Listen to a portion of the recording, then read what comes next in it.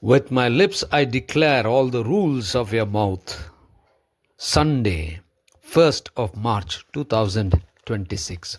For our meditation this morning, I have chosen from the book of Joshua, chapter 6, verse 20.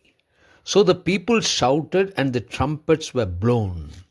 As soon as the people heard the sound of the trumpet, the people shouted a great shout, and the wall fell down flat, so that the people went up into the city, every man straight before him, and they captured the city. Good morning, friends. Every battle do not have to be fought. It is faith that wins the battles as well. Let us meditate upon this verse. The theme for this morning's meditation is victory through faith. Joshua was given the responsibility of taking the people of Israel from the land of Egypt into the promised land. They had to go through many years as Moses was leading them. But then God did not want Moses to enter the promised land, entrusted the responsibility to Joshua, and Joshua took over and he led them into the promised land. As they were entering into Jericho, God did not ask them to go and fight a battle. Rather, God asked them to walk around the wall, and that was their obedience. And God said He would give the place of Jericho to them, and they had faith in the Lord.